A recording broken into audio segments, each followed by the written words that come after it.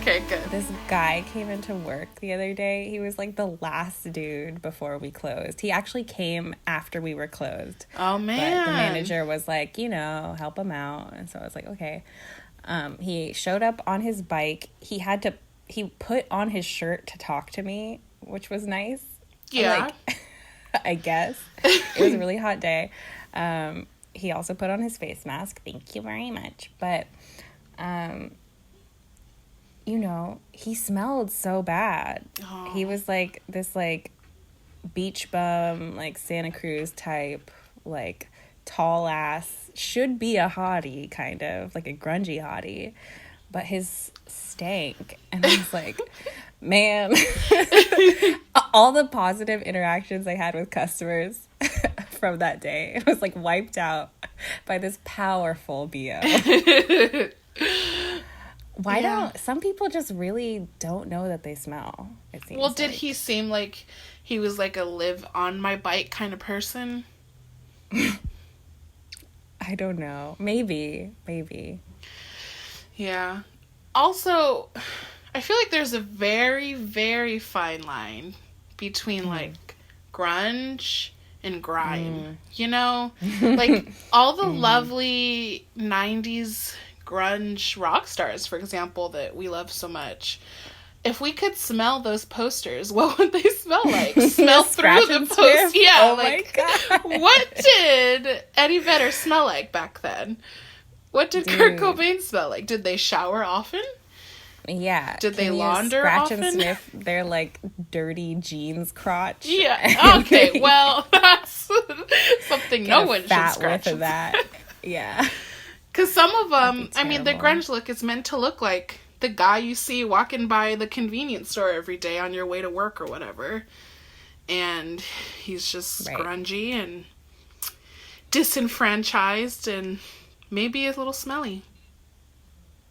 Maybe a little, maybe a lot smelly. Yeah. Yeah. I think once we have the technology to capture scent in like a photograph form, it's going to be big.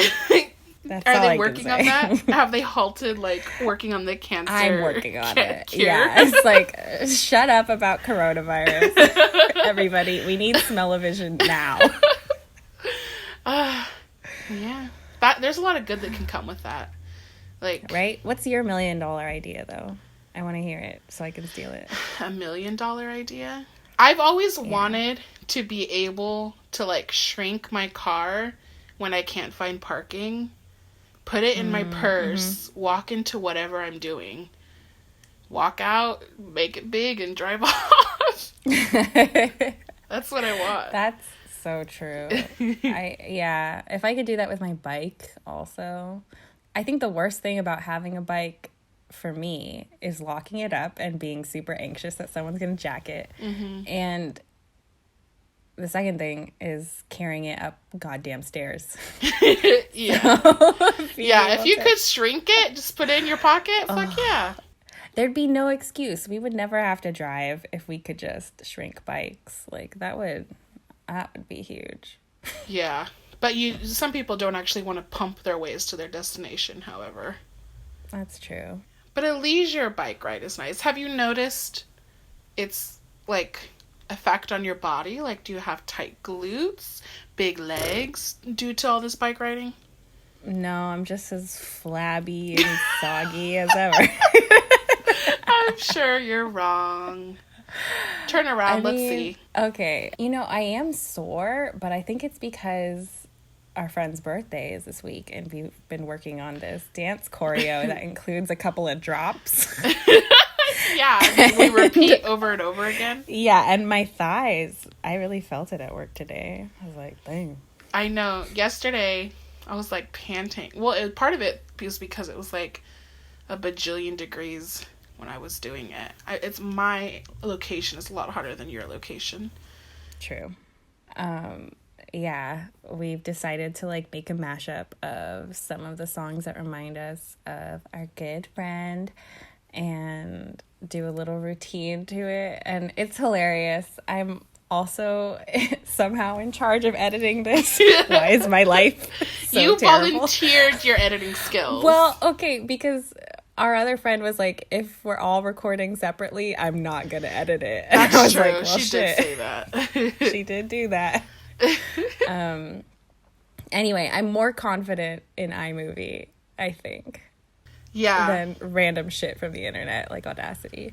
I've never owned a Mac, so I don't... That comes with Mac. It's installed, right? Yeah. Mm-hmm. I don't know. I've never seen it before, but I hear it's a little bit more user-friendly. Mm-hmm. Yeah. Well, we'll definitely find out in the next few days how friendly it is. Yeah, it's a cute idea. She'll be happy and laughing through most of it anyway. Yeah. What's the best birthday present you've ever gotten, do you think? Specifically birthday. Oh, it doesn't have to be birthday. I've gotten a few good ones. I've gotten a graduation gift that was like a full like vinyl setup with an amp and speakers and everything from my dad. I've gotten one of my first birthdays where I got like a sentimental gift from a friend was this friend who we're making the video for. She gave me like a collage of pictures of our freshman year. She gave this to me sophomore year. Oh, you must have been around. We were hanging out on my bottom bunk. And she gave me also like a pillow, which I named Zachary. It was like a zebra pink thing. Zachary, he was the gay zebra. And then like some other stuff like nail polish and things like that. But the collage, you could tell it took work. She like put it together and framed it, and I thought that was really nice. Yeah. Damn. I remember I don't know. I've put in work for presents before, and it's like sometimes it goes off well, but sometimes I'm just like, why did I do that? Like, especially for I was in a fraternity, as you know, in college, co-ed. So boys and gals, whoever. And fraternity, like, gift giving culture is so huge. There are so many like obligatory times to give gifts, and it's already so hectic with all the other like frat obligations that the last thing you want to be doing is like taking time to try and be sentimental, because you just don't have that time. And there's almost nothing worse than like crafting something sentimental for people you're not feeling that sentimental about at the moment. Ugh, terrible idea. I know. Why did I do that? So why did you do any of it? Yeah. But why does anyone do anything, really? What is life also? Yeah. What is the best gift that you gotten though? The best gift. I mean, I've had so many awesome gifts in my life. Speaking of bikes, that was a gift, right? My dad gave me, or he bought that bike for me. That's nice. Which is really awesome. Yeah, because bikes can be fucking expensive. I wanted to buy one for myself, and I'm just, every time I think about it, I'm like, no. Yeah. Honestly, my mom comes through with like some really good gifts sometimes. Just like random shit that like years later sometimes I'm like, this is the best thing ever. Like, for example, I have this like bouncy it's like a bouncy ball for kids where it has like a little handle on it and you're supposed to like get on it and bounce.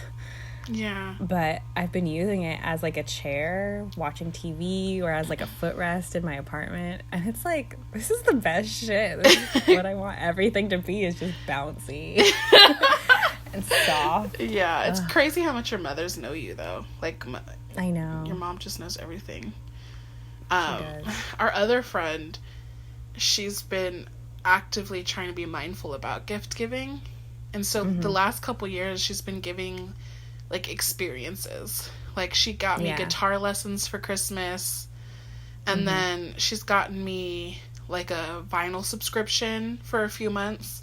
They would like I'd like go and choose an album and they'd send it to me every month.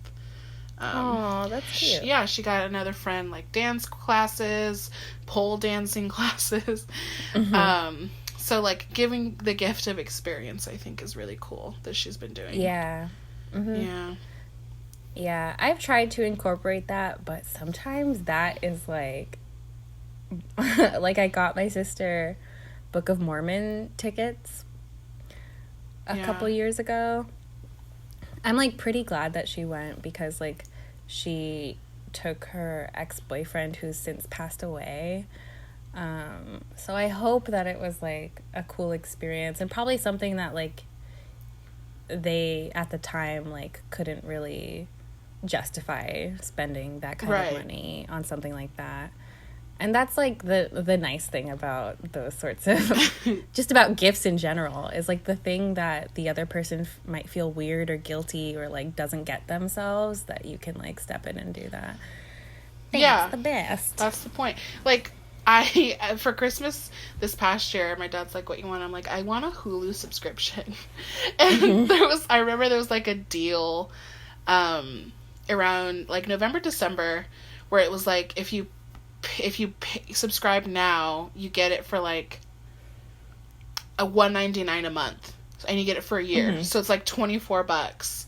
And I told my dad this, and he was like, that's ridiculous. He's like, I'll just give you $24. I'm like, no, that's not the point. If you give me $24, I will go spend it on fucking bullshit.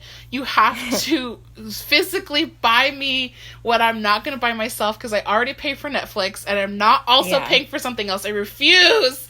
And so he's like, well, fine. Show me how to subscribe to Hulu. And that's what happened. And I still stand by that. I would not have done it myself if he just gave me $24. I would go put gas in my car or something. Right, totally, yeah. Yeah, but I do like want to... Yeah, exactly. I do want to just also mention, shout out to my mother, because now that I've been thinking about it a little longer, she got me, when I was 9 years old, Backstreet Boy tickets. Concert tickets to their Black and Blue tour. It was the second concert I've ever gone to. This was at the peak of my love for them, and I'd been crying about this concert for weeks. My mom was ignoring me. I thought she was the worst. And then I opened this little box on my birthday, and it has those tickets, and I was so elated, and I was so surprised. Because, I mean, we were pretty poor. I didn't get to do a lot of things that I wanted to do.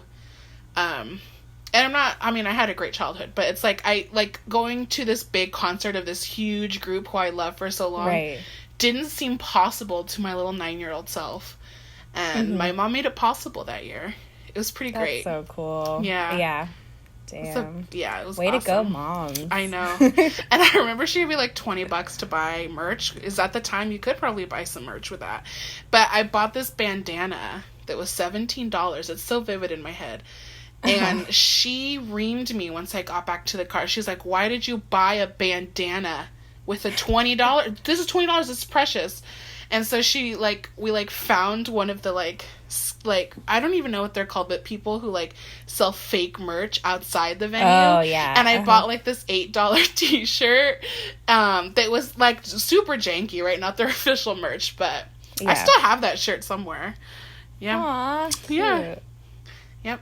That's awesome. Yeah. It's a pretty good gift. Yeah. Well, now let's talk about the gift of the challenge. Yes. And is there anything better, honestly? The challenge episode 4, did you catch what it was called? Karma Chameleon. Karma Chameleon. That's right. Yeah. So I think having watched the episode, that title makes more sense now than it did going in. That's true, yeah. Right? Yeah. So this episode, right, they kind of open it up with the aftermath of the previous episode's elimination. Yeah. So in the episode before, right, Jay sent CT home, and you get some kind of reactions, like Jordan saying that with CT gone, anyone can win this. Yeah. Right? Okay. Another reaction, though, that ended up being important is that Ashley is so surprised that CT lost to a prospect, he calls him. Yeah. That's from 2 seasons ago. They started calling them prospects. But anyways. Yeah, and that she decides that she needs to make friends, which is the motivation for her approaching Maddie, right? Yes. So, and we haven't seen a lot of Maddie thus far. That's right. Yeah. This is Maddie's second challenge, but she's very strong. You've seen her. She looks pretty big compared to some of the other girls. Yeah. And she did train for this one. Like, the other one, she just kind of plopped into it to see what the challenge was about. And she did pretty good. So with training, I'm excited to see what she's going to bring. So they say that together their alliance is like strength and like puzzle strength, which is what Ashley has. Ashley's pretty smart.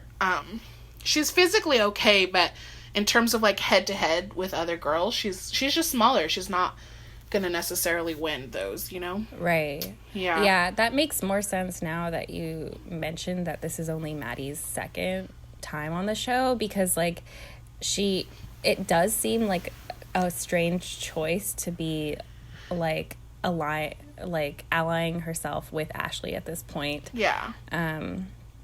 Ashley, at least like with all the shit that went down in the previous episode, doesn't really seem like she seems to attract drama, and especially if you're like a newer challenger, seems a little unwise.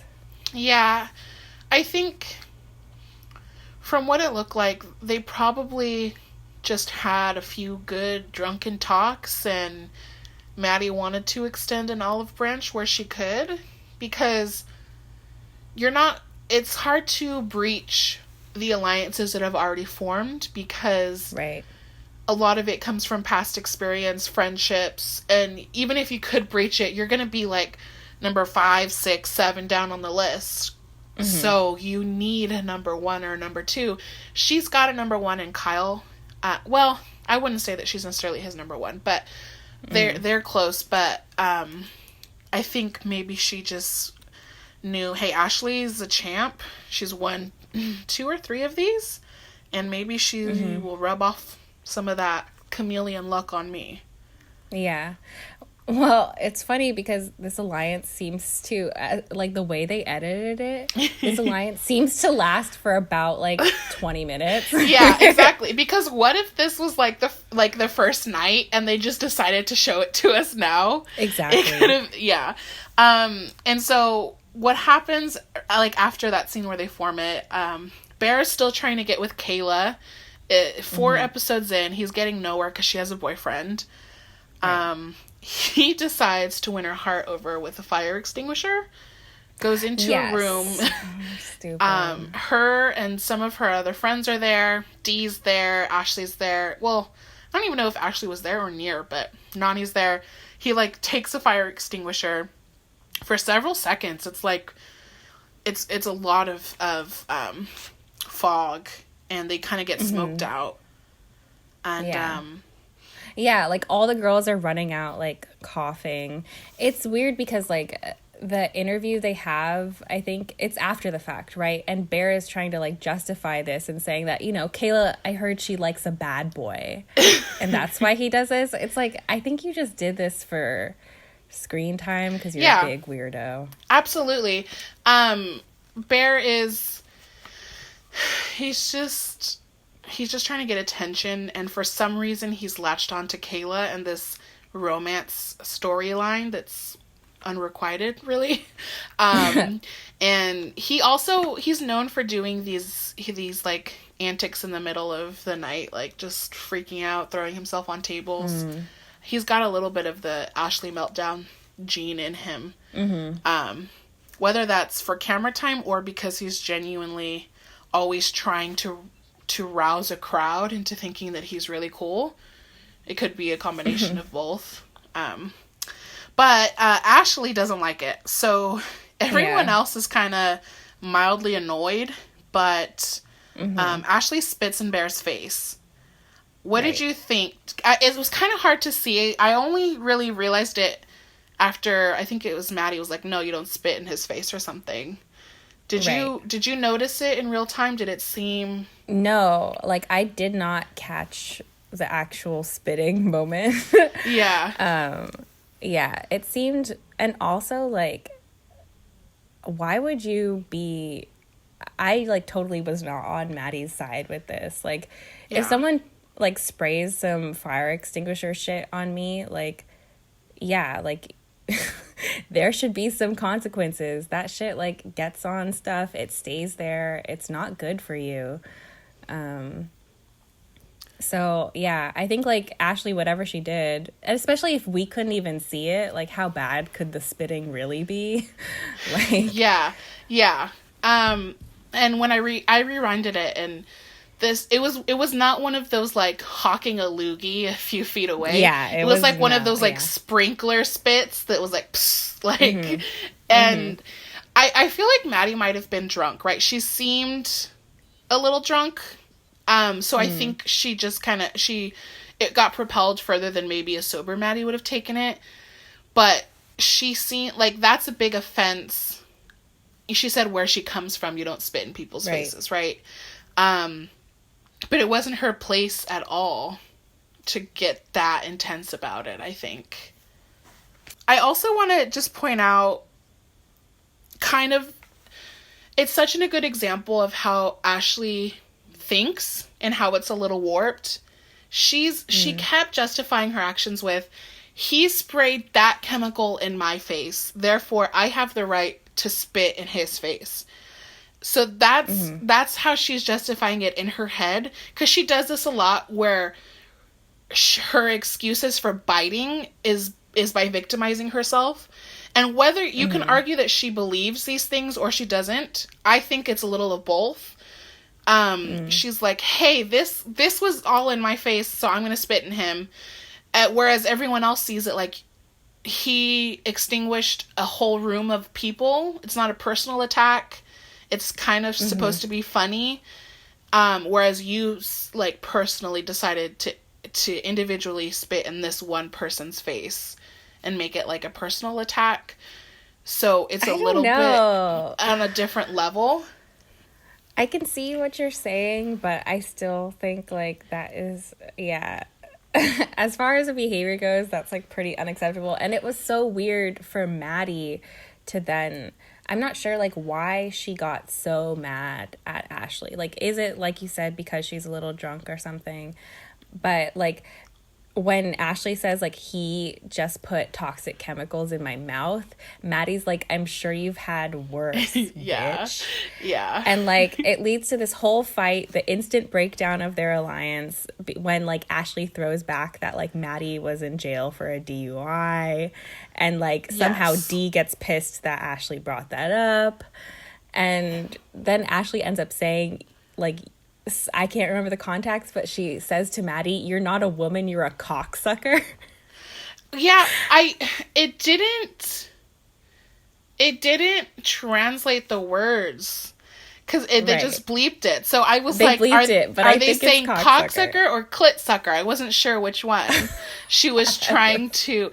But it's funny because this is another thing. This is the reason why throughout all these years I have not been able to completely not like Ashley.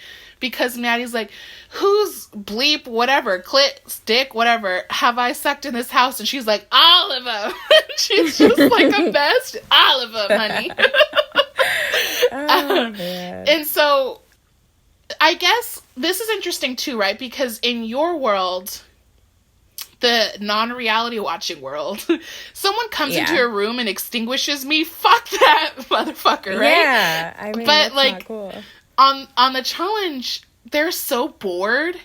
They have nothing to do but talk to each other and strategize. They can't even have a fucking puzzle, or a roll of die or anything. So people play pranks on each other. And I'm not saying that if I personally were in that room, I wouldn't be pissed at Bear, but probably not enough to go spit in his face, I guess. But I also was taken aback by Maddie. That came up, that was like, this is be a conversation. Right. Yeah, anyway, like, the end result of it is that, like, Ashley is feeling like she's got a big target on her back because of this whole shit. And Johnny says that this is all part of Ashley's plan. I mean, that doesn't seem like a strategy to me. I don't know. I think Ashley just, like, straight up got pissed. She spit in this dude's face. Like, I don't think she wanted the alliance with Maddie to fall apart like that. I don't think she wanted Dee, like, not on her side. Yeah, absolutely. I think he ultimately is just saying, like, she plays up the victim card a bit much, but I don't think that she thought, okay, I'm going to spit in Bear's face and then I'm going to break down this alliance I just made. But she does, the thing about Ashley is she makes you not like her sometimes because she bites back so much harder. Because saying you're a slut, you know, you've had worse things in your mouth, whatever, that's a terrible thing that a lot of times girls do to other girls. But then for her to come back with something that it seemed as though she had divulged in private to Ashley. Yeah. I have a DUI, I've gone to jail. To throw that back in front of everybody is a different level. And that's what Ashley does. She escalates things. And she always holds on to that. But you did this to me first. I just escalated it. And so she doesn't have that censor in her head of, like, I can't cross that line because that officially makes me a shittier person. That's just who she is. I mean, she's... Yeah. That's a good point. And I think, like, that's setting up the karma that is about the title of this episode. So, after all this shit goes down, it's time for the challenge the next day. So this challenge was called Cold War.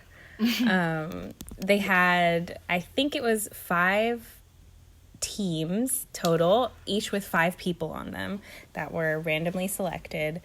And it was kind of a weird challenge. Essentially, there was a pool of cold water in this, like, old factory.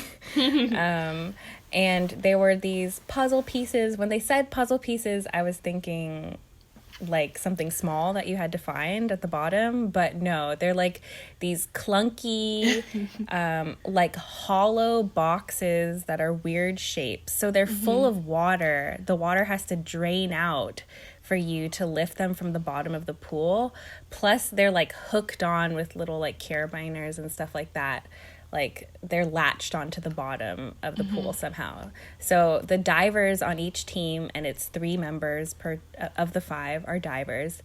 They have to go into this cold water and, like, unlatch these 5 puzzle pieces from the floor as fast as they can, pull them out of the water, and then, like, stack them into an arrangement that matches, like, a line on the wall. And that's, like, figuring out the puzzle. Right. And only 3 of the 5 people on the team can see the key and manipulate the puzzle. Right. Yeah. So the other 2 people, they are called breakers, and they take ice picks to some ice and send ice down a slide for the next team, while the next team's divers are trying to get the puzzle pieces. They're, like, breaking ice and making the water colder, in theory. Well, it's actually for the team before them.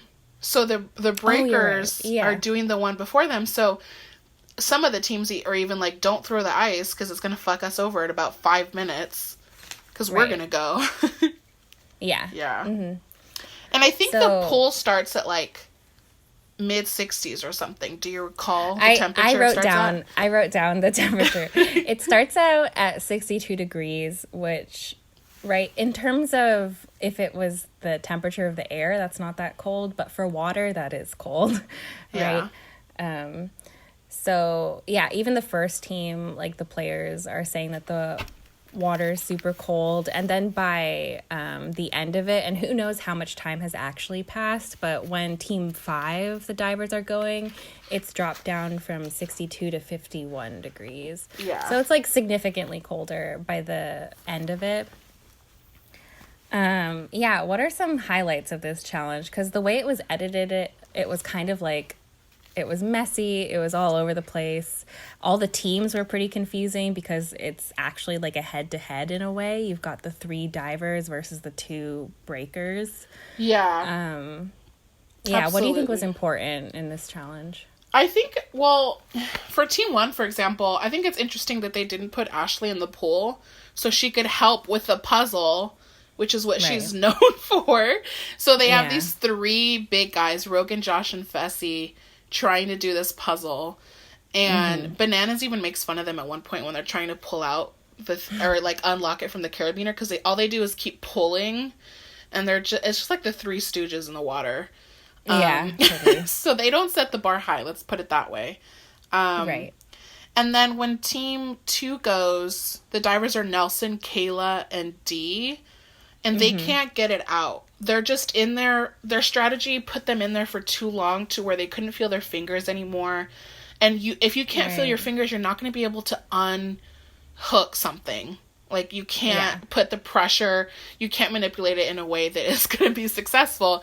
But they refuse to quit. So all they're doing is basically sitting in this cold-ass water. They didn't tell us for how long, and certainly didn't tell us how long in comparison to the other teams. But TJ blows the horn and says that they have to get out. So they didn't quit. They waited until TJ said that. And then they're all freezing, and Nelson actually has to be taken away in an ambulance. Right. How did you feel about the, like, not quitting?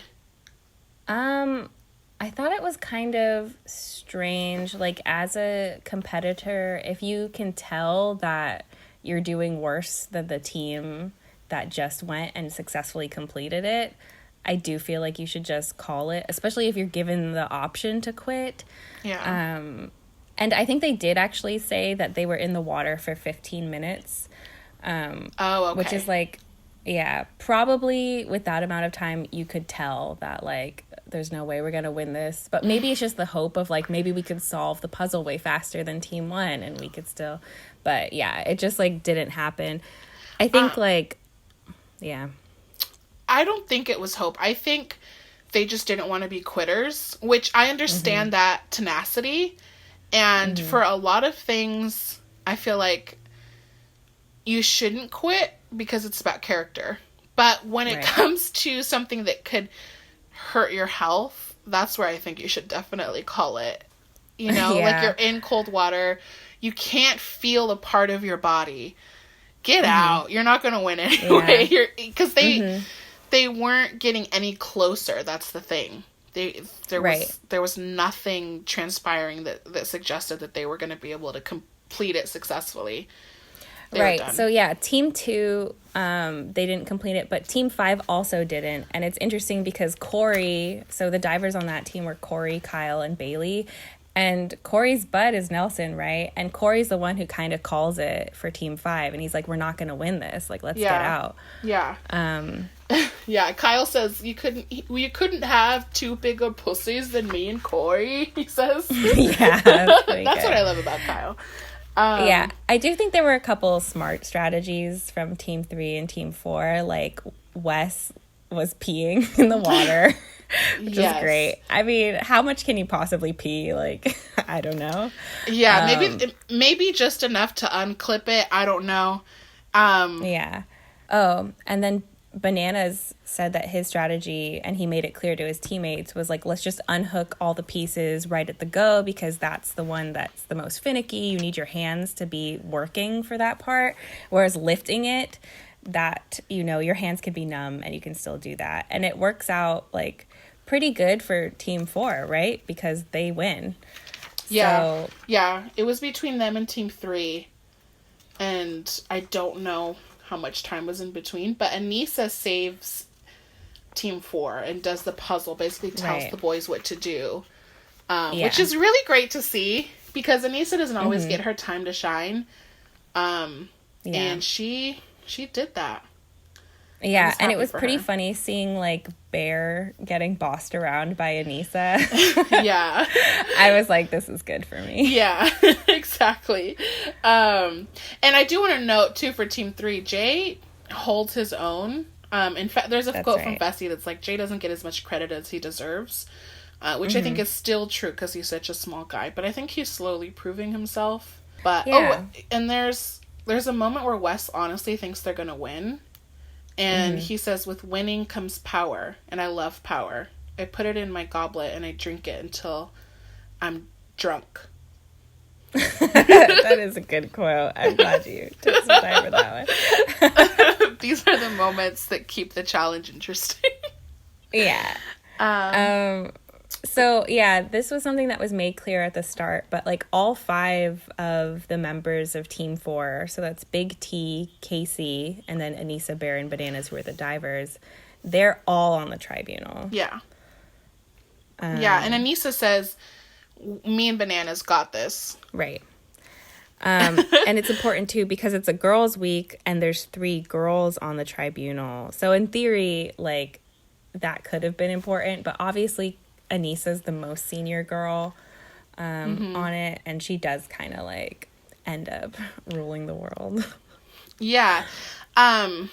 She's the most senior player in the game. She's older than anybody, not in age, but in terms of her challenge career. That's not to say that she rules normally. Anissa has not won a challenge. She doesn't get she's not physically fit enough to have the influence that she maybe deserves with her experience. But Bananas and her at this point, just from being in so many challenges together, have at least a mutual respect for each other, where I'm gonna take care of you as long as I can, before, I have my number 1s and my number 2s that will take precedence. But for the most part, they're gonna take care of each other as long as they can. So with Banana's support, Anissa really takes control of the situation, which is great. I think it's a good time for her to shine. Yeah. So, yeah, after the challenge, right, Nelson comes back. He's not, like, speaking gibberish anymore. He's, like, alive. Yes. Him and Corey have this cute, like, bear hug moment. Yeah, they've been friends for a while.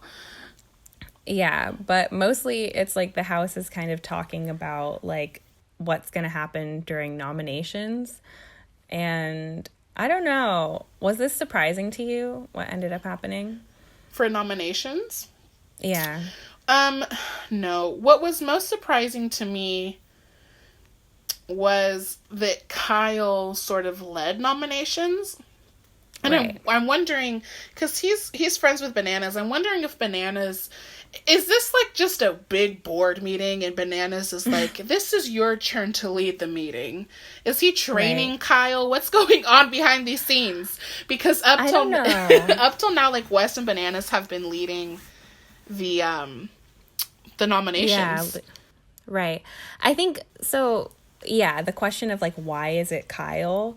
I mean, it's Kyle and Maddie, right? And that's a connection that you mentioned earlier that I don't really understand, like, why they're aligned exactly. They were partners in her first challenge. Like, Wes and Dee were partners 2 seasons ago. In that same challenge, Kyle and Maddie were partners. So 2 challenges ago, the first War of the Worlds, they had veterans, and then I forget what they were called.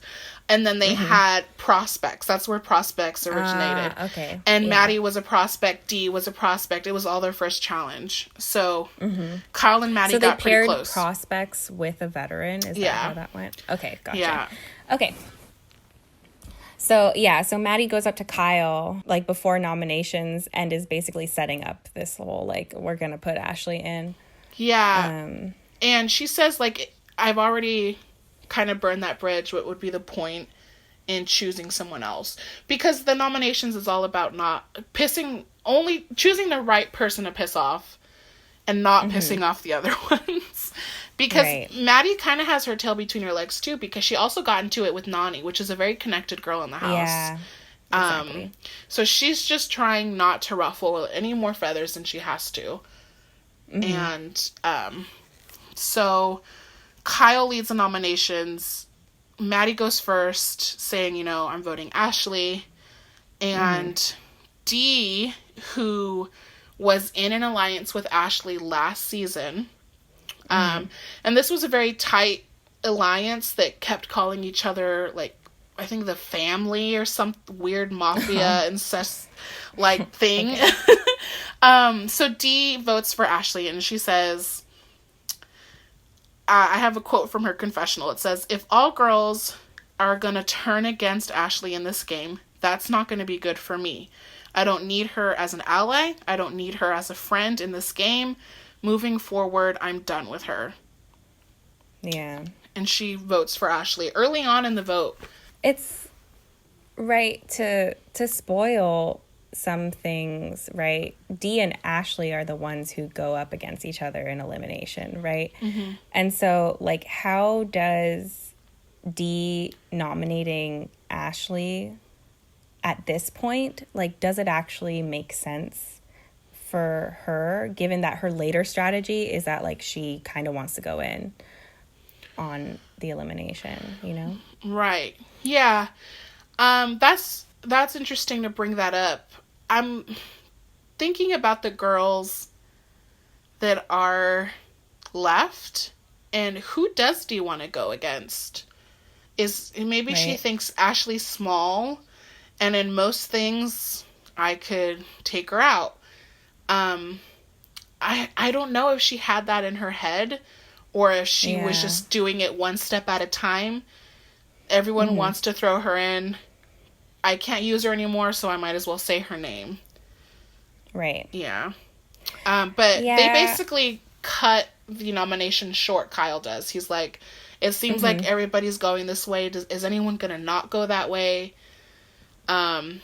Which is not always a good thing to do because if everybody else was like, oh, well, if it's not going to be me, I'm not raising my hand to dissent against it. But for the most part, they're all just like, whatever. So Ashley is crying at this point because it does feel shitty. Even if you're a badass bitch or a shitty person, whatever, you're still going to... all these, like, 30 people are staring at you saying, I want you to go in. There's not one person supporting you. I mean, it feels terrible. And she gets up. I thought she was going to, like, go put her name on the board and leave, but she, like, stands on the table and gives this little speech, you know, basically saying that she's not going to roll over. She has beat people in elimination before and don't underestimate her. Right. Yeah. I liked, like, something that she mentioned in that speech was, like, I'm crying right now, but that doesn't mean I can't win this. Yeah. And I was like, that's cool as hell. Yeah. And, like, yeah, unfortunately, right, like, I think the reason why the Dee nominating Ashley matters is because, for me at least, that did not seem necessary and kind of goes along with this pattern, like you've been talking about, of, like, Dee thinks she's making, like, bad bitch big moves when it's, like, actually from a strategic point of view, especially because Dee and Ashley end up going into elimination against each other, and Ashley should have had that elimination. Absolutely, right? Yeah. Right? It was a puzzle one. It also depended on, like, knowledge about the challenge. We'll talk about that in a sec. But, like, you know, there was no reason why Ashley should have really lost that. And so, like, strategically, I just think, like, Dee's a hot mess right now. And I think she's, like, going off of ego and posturing. And at least as, like, a new viewer, it's, like, not rubbing me the right way. It's also not rubbing me the right way because Dee has talked before about her career as a challenger, and this is coming from Wes. Wes is feeding her these business type motivational speeches like, you need to establish who you are in this game. She always has that in her mind. Okay, you're establishing yourself as someone who doesn't quit. You're establishing yourself as someone who's honest. I already promised her this, so I can't vote for you. I'm sorry. She's establishing herself as someone who's not afraid to make bigger moves. But with this move, whether she intended to or not, she's establishing herself as someone who is not going to stand by a quote-unquote friend if they don't have any value for her anymore. If they can't help her, she's not going to help them. And that kind of character display is not something that most people in the challenge want to deal with. She's not going to get very far in her ultimate career, as she likes to put it, if she can't... If she's only going to be there for you when you can give her something. No one wants to fuck with that. Nobody. Yeah. We'll see. So, after nominations, there's this, like, night out, right? They start playing Celebrity Skin, which was pretty funny. MTV. But this is... I mean, I love that. They're throwing in some good tunes.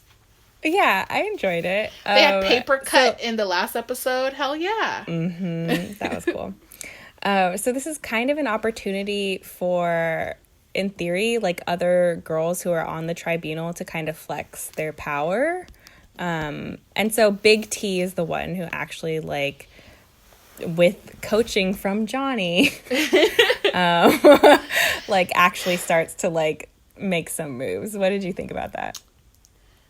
Okay, so both Bananas and Wes in their confessionals were saying that Big T is this really great, awesome, funny person. And they seem genuinely excited about her. Because I've seen them be fake to someone's face. Like, go do this. Because it'll be funny for them to watch. But in confessionals, they rip them apart. But they seem to genuinely like her.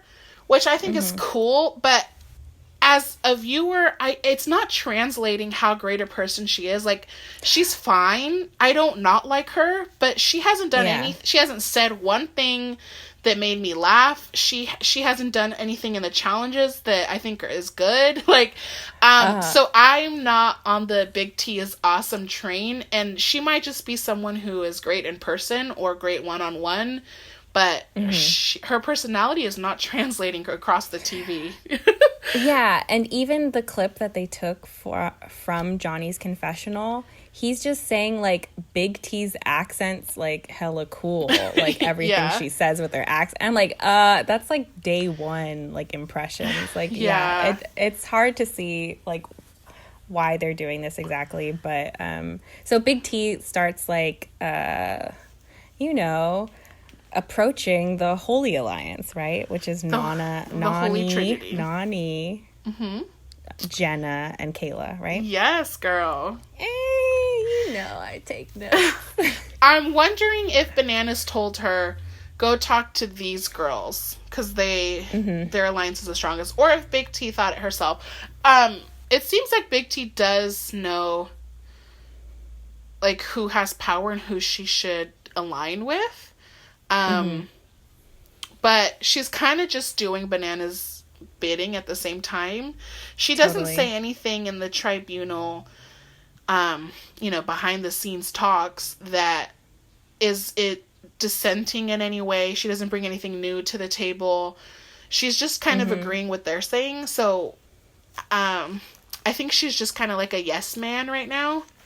Yeah. For them. And especially, because the Holy Trinity, like, none of them were really ever, like, brought up as possibilities for the tribunal. So even though those three girls are like, hey, like, glad to do this with you, Big T, like, pleasure doing business with you kind of thing. Yeah. It's kind of like they're just making nice. It doesn't seem like they actually think that, like, her power is that big and that the threat is that real. Right. Because Anissa and Bananas, like, all of the... I mean, Kayla is being drugged with them. Nobody likes Kayla.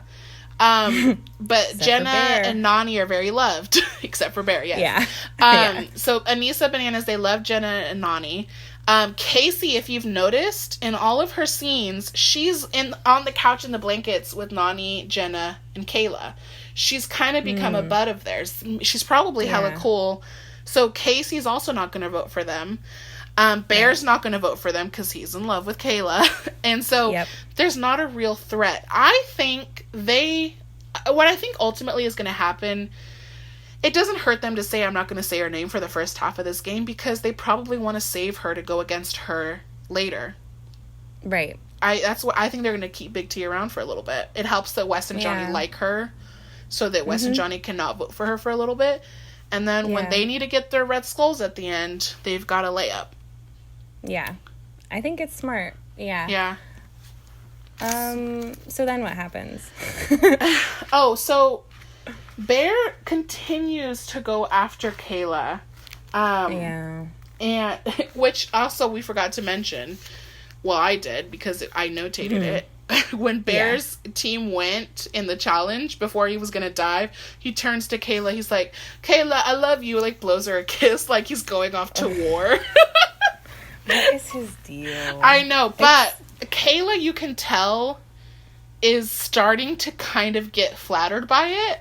So I wanted to ask you, if there was this guy who's mostly harmless, funny, mostly annoying at the same time, who's at this point for a month been pursuing you, and only you, has not been making out with other girls, would you be flattered? Would you have shut it down by now? What would be happening in your head and in your heart?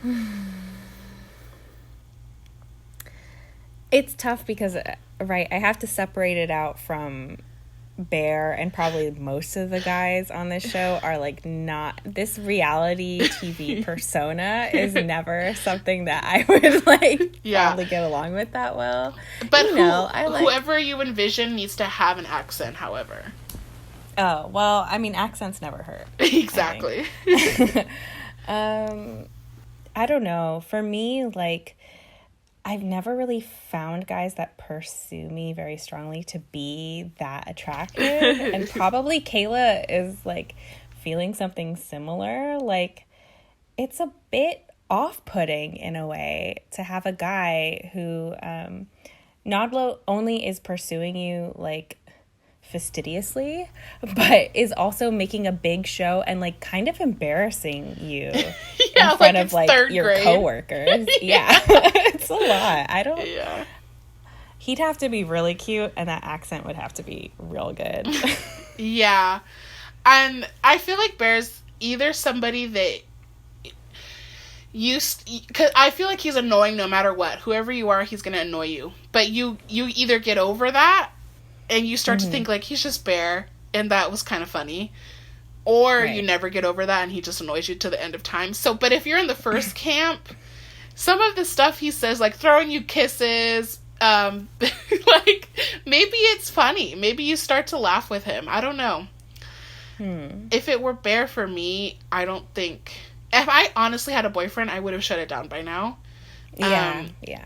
I mean, I just would have been like, look, I'm sick of you creating this storyline. Stop it. Yeah. Although Kayla's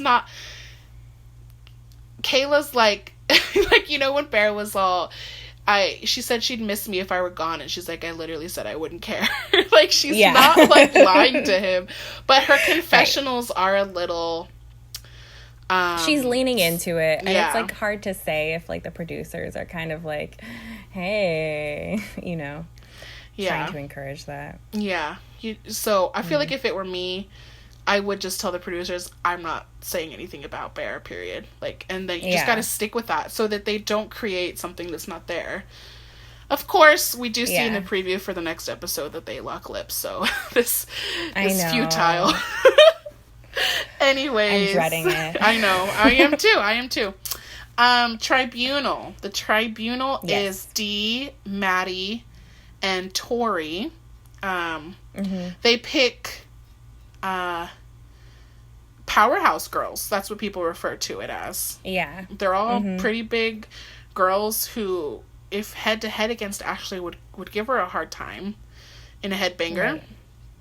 Right. None of them are known as puzzle girls, though. Dee maybe a little bit more, but yeah. What do you think of the tribunal picks? I think they made sense, right? Especially Tori and Dee, like, make sense from, in theory, like, they're girls who want to go into elimination.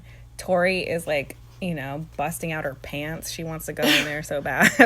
Yeah, and Jordan is, like, got a super hard on for Tori going in as well. Like, he really wants her to, like, make it through this. It's when her team went in the challenge, he was, like, pacing by the pool like a coach. Like, it was the Super Bowl. I like him less and less. And, yeah, Dee missed her shot, right? She says she wants to get her hands dirty. I think she's a little embarrassed, to be honest. She should be. And then Maddie, right, had the big stink with Ashley, so it makes sense. She says that she doesn't really want to go in because it's kind of chancy, and she doesn't want to gamble yet. Right? Yes. But if it's her time, it's her time. So she seems fine either way.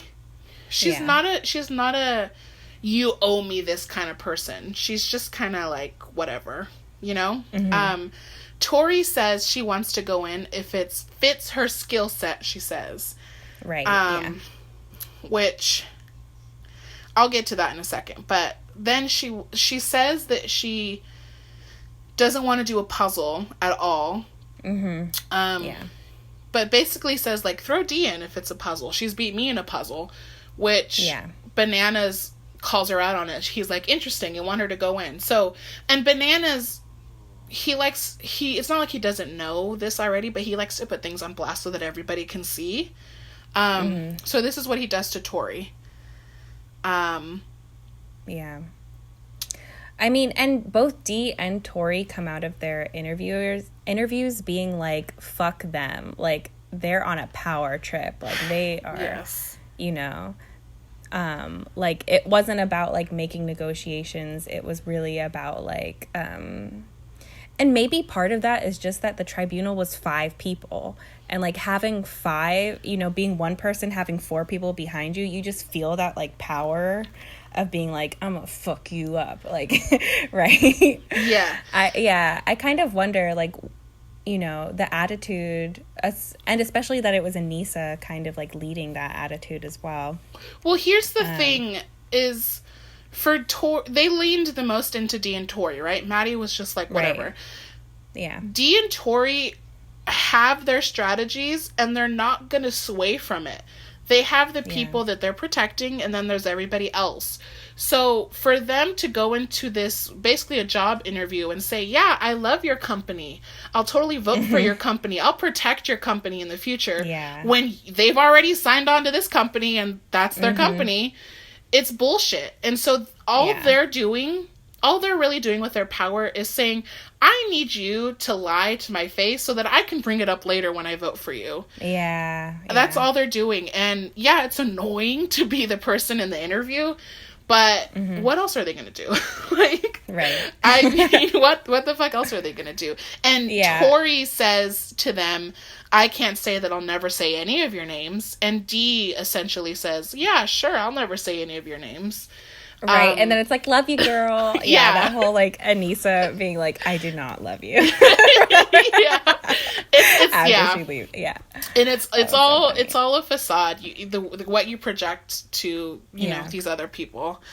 But Dee says basically, I'm ready. Throw me in if it's physical. Throw me in if it's a puzzle. I'm fine.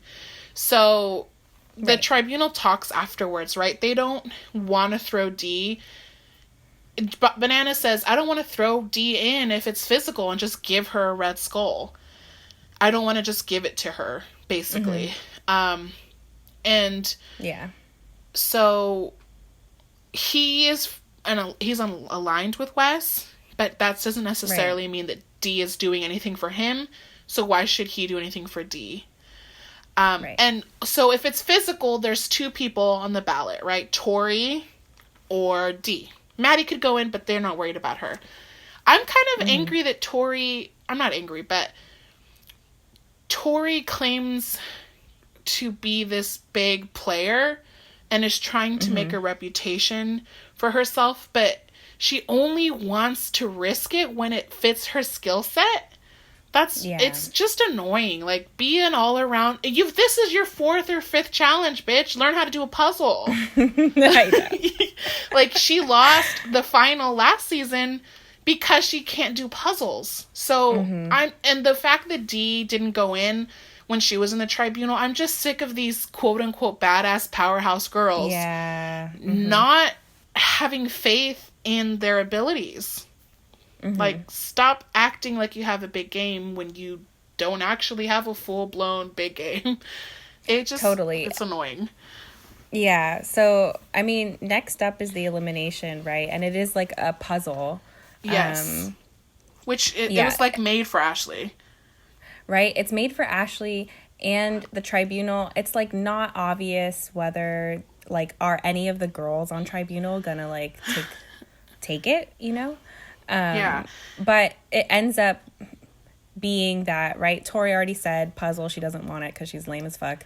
And then, like, when they walk into the arena, seeing these, like, big dice, these, like, hanging flower pots, and, like, a big wheel and stuff, it's clear it's a puzzle, and Anissa doesn't want it either.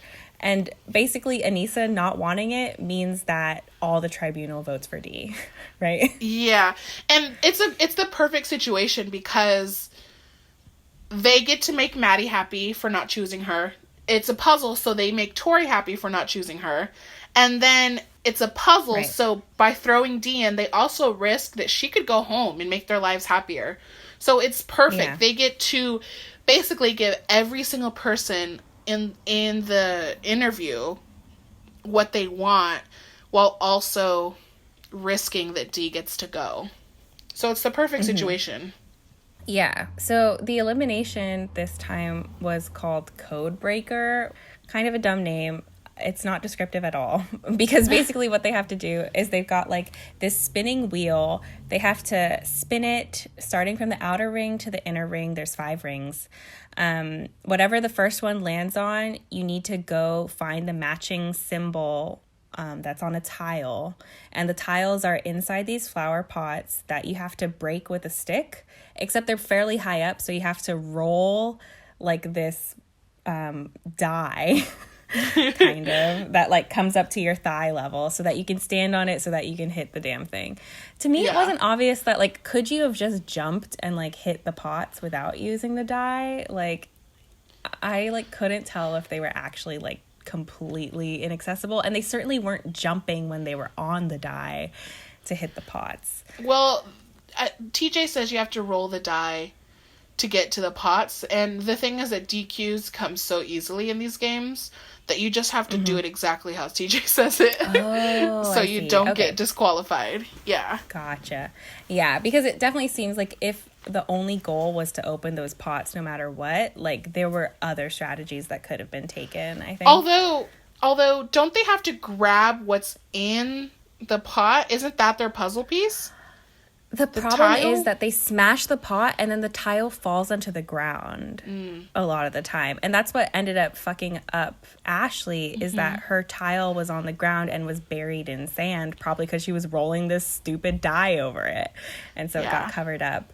Yeah. So there's definitely a luck aspect because, like, in theory, a lot of the pots are empty and the tiles, like, could be in any one of them, and depending just on the order of like what you spin and what you hit, like either you're gonna be breaking pots for a while or not. Right. And the goal, right, is to find, I think, a total of 5 tiles.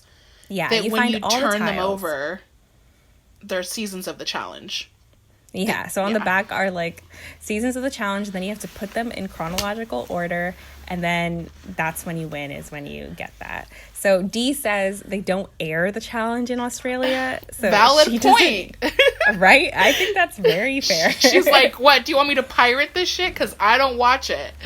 And so it's only like 5, right? So in theory, it's not difficult, but with zero knowledge, it's kind of like if I were to tell Liz, like, here's these random ass names, put them in order. So she has more time to complete it because Ashley's looking for this tile that's in the sand.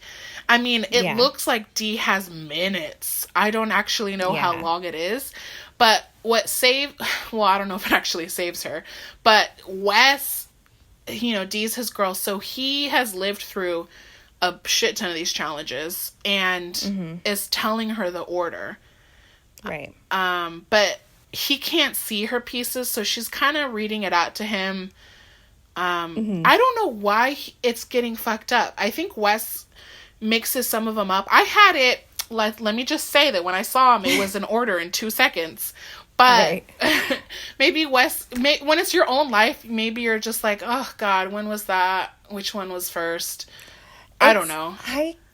From his attitude, and also that like both of them are kind of having the excuse that like once it's obvious that Dee is getting the answers from Wes, like it's immediately obvious for the rest of the audience, the rest of the challengers, and some of them are like yelling to try and make it hard, but it still seems like Wes could have yelled the answers back, but he wasn't gonna commit to that level of like helping Dee in this challenge, which was weird.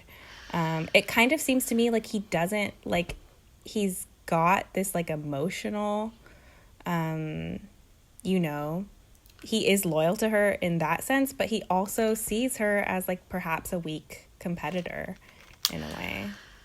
I don't know. I think he thinks she's pretty strong. I mean, that could be a valid point. He is being straightforward. He's like, okay, what's your first one? What's your second one? So, right. but maybe you're right, because what could be taking that amount of time to put 5 things in order? And I understand mucking up 1 or 2, but there's only so many permutations of 5 tiles. And so... Well, I think doing the math, there's like 120, but yeah. But when you're only messing up like 1 or 2, because the last 2 are the most recent, he has to have that in order. He's been on, I think, 3 out of the 5, if I remember correctly. Like, you can't be messing him up so much. At one point, Jenny says that people aren't cheering for D. No one's cheering for D up there. They think D is getting arrogant. So it seems like as our impressions of D are getting lower and lower, so are the people in the house. Like, she's rubbing a lot of people the wrong way. So the only one really cheering for her is Wes. Yeah, it's because of Wes that, D takes this. Like, Ashley was behind, but she like found that tile eventually, and she would have like gotten it if D just like straight up was stuck, which it seemed like what would have happened if Wes wasn't helping at all. Yeah, but D does say that she just starts moving him around and asking for checks, so it does seem also like a little bit of luck. I don't know how they screwed it up. Like, I don't know how, but yeah, it took them a while, but Ashley loses to D. Right. And Banana says that he hopes Wes can reel D in because she is getting a little crazy. So, and he also says Ashley, in true Ashley fashion, does like a Dr. Jekyll and Mr. Hyde speech. So she's saying, she's crying, right? I love you all. I know it's just a game. I'm gonna miss this and all that stuff. And then she's like, fuck you, Wes. And like starts to go off. And Wes is confused, but Ashley and Wes have worked together, and she keeps saying, like, I thought we were friends.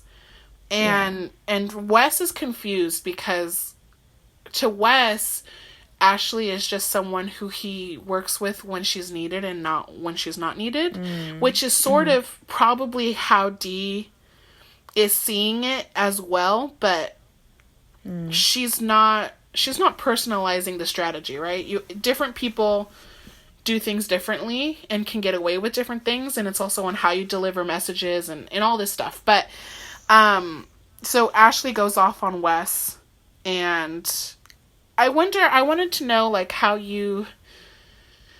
would you react the same way? I think, it's interesting because you brought up, like, Ashley and Wes's history, and for me, it was definitely more, like, I thought, like, Ashley was very justified in calling Wes a bitch and saying, like, you should have let us play a fair game. Like, that made sense to me. I liked when she told Johnny, like, get this dude out, and, like, wanted their alliance to just, like, be done at this point. Because, it is, like, I mean, Dee's not super popular. Wes, by doing this, I'm not sure, like, what his consequences will be in the house, but, like, Johnny is attached to this situation in a way, and I wonder if there is going to be any fallout. I don't know. Yeah. And Wes says to Ashley, I've never said your name one time. So, and then Ashley later in her exit interview essentially is like, it just seems like Wes and I are aligned a lot of the times. He says he's my friend, but whenever I'm in elimination and he's around, he cheers against me. He helps my opponent. Right. So she takes this to heart. She is a sensitive being, and I understand that completely. But at the same time, like, if I was down there, Liz, and you had knowledge that I did not, wouldn't you try and help me so I don't go home? Yeah. So, like, I mean, for sure. to be like, I'm just going to let everybody play a fair game, when it's someone that you feel close to, you're going to do your best to help them. And and it's justified that Ashley feels the way that she does, because she just realized he feels close to her and he doesn't feel close to me. I mean, that might be being a little romantic about it, but, like, she realizes that he's prioritizing D over her. Yeah. So both sides, I can understand both sides. Yeah. The annoying part is just that we have to stay with D again. Yeah, I did feel bad for Ashley in this one. Her elimination interview, I think she came off as, like, you know, she's trying to, like, keep it together. She's like, I hate losing, but, you know, the plus side is I get to get out of that bunker. I do think that my loss was due to a lot of luck, right? Like she says, she smashed a lot of empty pots tonight, right? That it was just like she was picking the wrong ones. But then, yeah, again, she, like, goes off on Wes and stuff. She also name drops something called Champs versus Stars, which I, like, did not know what she was talking about there. So there's a spin-off. They had a few seasons, I think actually 3, where they do, like, Champs versus Stars, Champs versus Pros. So it's people that have won the challenge against... which was originally professionals, or pro athletes.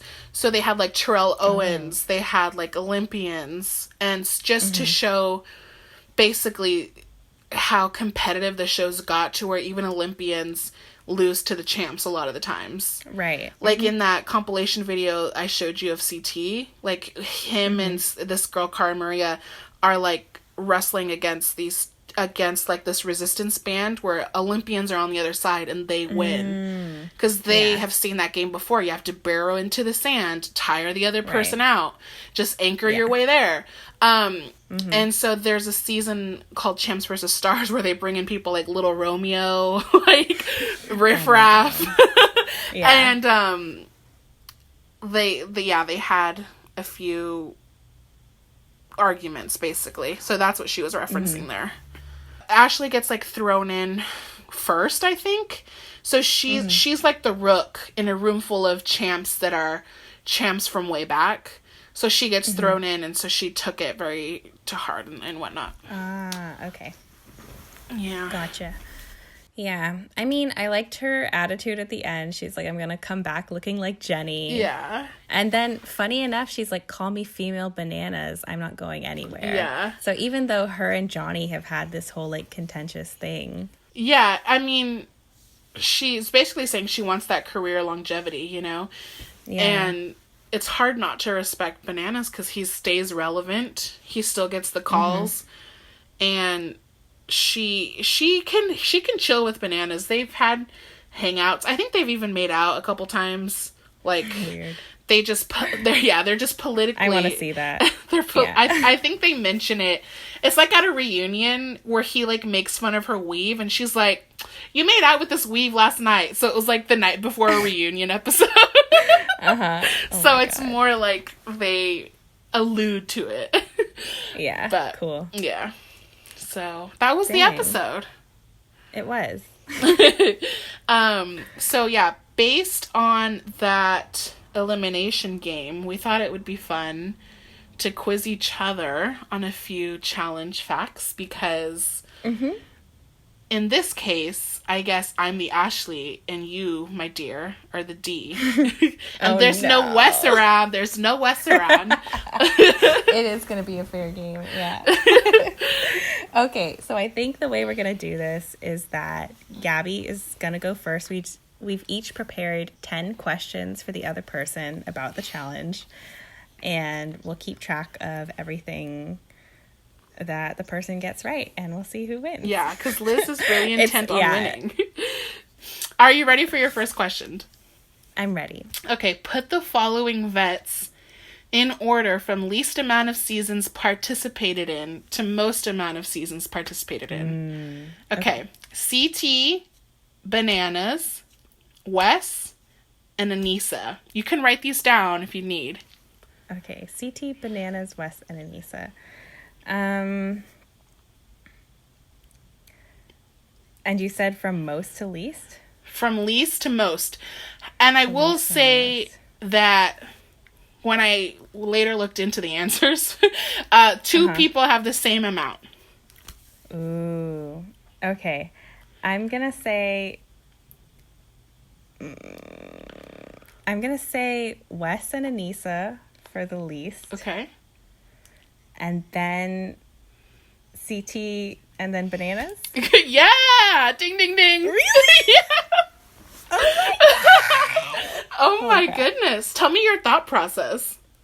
Well, I mean, Wes, I felt like, well, because I also had to write questions, so I did find out a little bit more in writing the questions. You're right. But Wes and Anissa, I mean, I know Anissa hasn't won anything. Wes just seems like a younger player. Whereas like some of the compilation videos you sent me of like CT, like he's been on the show for fucking forever, but I feel like that's even more the case for Bananas. So that was basically how I thought that through. Okay. Perfect. So number 2. Which of the following challengers has never gone home on the first episode of a season they were in? Ooh. Is it Wes, CT, Nani, Bananas, or Ashley? I'm gonna say one of the boys, unfortunately. Let's say Wes. Dang it. Okay. Do you want a second guess? You don't get any points, but it's Nani. No. It's Nani. Damn. Yeah. Okay. Yep. Well. They've all gone home first. Yeah. Okay. So, and also I will say that that was an error in your listening skills, because I have said in our podcast that Wes went home first last season. I'm a big dumb. This is proof, listeners, that she doesn't listen to me. Yep, I don't. As the listeners don't listen to me. Yeah. Okay, so this is like half pretty agreed upon terms and half I named them with my knowledge. Okay. So put the following challenge eras in order from earliest to most recent. So, the eras are Golden Era, Stars and Stripes era, what the fuck? Twisted era, and JEK era. Can you spell the last one again? JEK. Okay, JEK. What the So we need them just earliest to most recent. Okay. I'm gonna say earliest Stars and Stripes. I'm gonna wait for you to put them all in order. Okay, then Golden, then JEK, then Twisted? No. Okay, I'll give you one more shot. And I'll tell you, you have only one correct. Shit. I feel like the Twisted one is the one that's correct. Shit.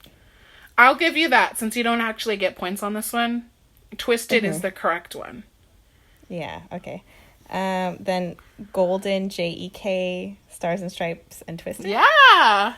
Wow. Okay, well, I didn't get it. Yeah. So, Golden Era and JEK era are the ones where the community is pretty agreed upon. The Golden Era of the challenge is the first 11 seasons.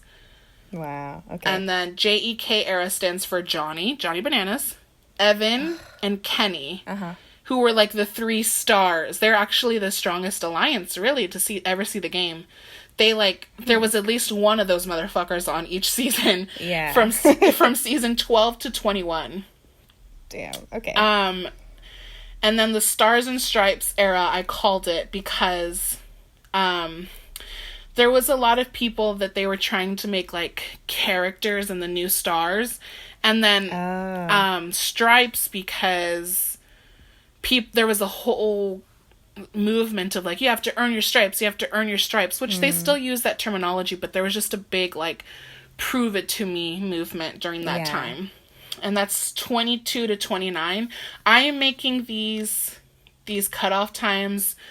Y'all can argue with me. And then the twisted era is from Dirty 30 to the present, which is like when they just like to throw in all of these twists and fuck games up, basically. I like those names you've come up with. Thank That's you. Pretty good. Mm-hmm. Okay, so actually I did see a twisted era thrown around a few times. It's just not as agreed upon as golden and JEK. Oh my gosh, it's hot in my room. Okay. Attribute points to the following challengers with the highest amount of points given to the most competitive challenger. This you can just give yourself a free point because I just want to see what you're thinking. So okay. I'm going to give you... I'm going to give myself a free point right now. Yeah. So write down if you want, or you can remember them, these 10 challengers, and you can attribute points to them. So like 10, give 10 points to the person you think is the most competitive, right? The best all around competitor. Yeah. D, J, Bananas, Maddie, Jordan, Tori, Jenny, Rogan, Wes, and Fessy. So who do I think is the best and who do I think is the worst? Yeah. That's 4 episodes in. Let's see what's on the brain. Yeah. Wait, sorry. Who was the last one you said after Fessy? Fessy, you've talked about him a lot, but I haven't noticed him much at all. I feel like between Fessy and Maddie, kind of like the lowest for me. Okay. So I'm gonna give Fessy the 1, Maddie the 2. And are you giving these points based on like how much you like them, or because it's supposed to be like the most competitive challenger, like the one who's the best at everything? The best at everything.